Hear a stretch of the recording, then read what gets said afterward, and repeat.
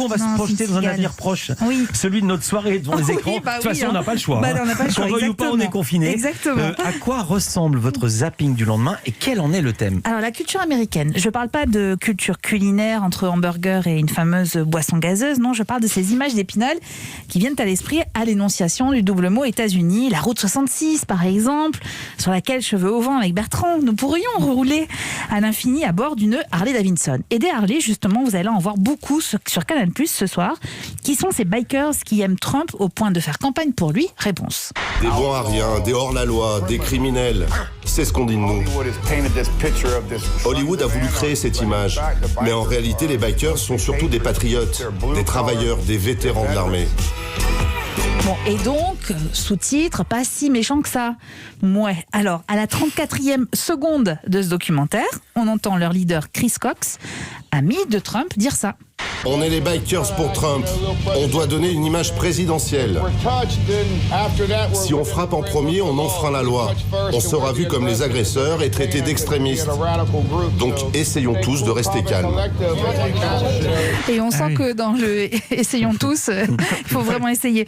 Voilà, alors je passe sur ce biker que l'on retrouve sur la terrasse de sa maison, une arme à la main, qui la hume et qui déclare « Tu sens l'odeur de la liberté ».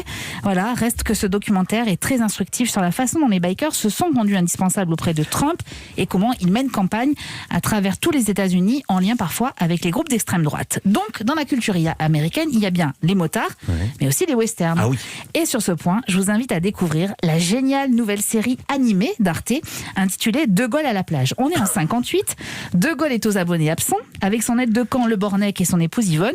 Il part au bord de la mer, il s'offre quelques jours au bord de la mer et notamment, il décide de s'offrir une séance de ciné en plein air, un bon western, dans lequel le héros à cheval, souvent la jeune indienne, ressemble quand même trait pour trait au général.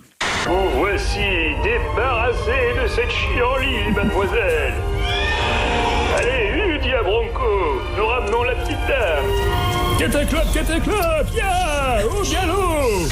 C'est une série totalement déjantée et très drôle qui est adaptée de la bande dessinée éponyme de Jean-Yves Ferry à découvrir sur arte.tv avant sa diffusion à l'antenne. Ça s'appelle De Gaulle à la plage.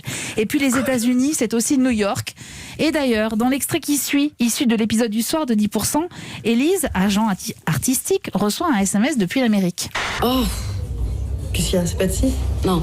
J'ai le louche qui veut faire une partie de Uno en ligne. De Uno? Ouais, il tourne à New York, il s'emmerde dans son sac étoile et c'est à moi de le divertir. Bah ouais, ça fait partie de ton travail. Voilà.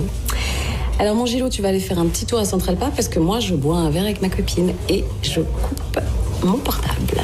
Anne-Marie Vin face à Camille Cotin dans un des épisodes du soir qui met en scène Sandrine Kimberlin et Muriel Robin. Un bonheur, le meilleur épisode de la saison à mon sens. Formidable. Voilà. Je récapitule, l'America Moto c'est dans Bikers for Trump, l'escadron de la Maison Blanche sur Canal+ à 21h05.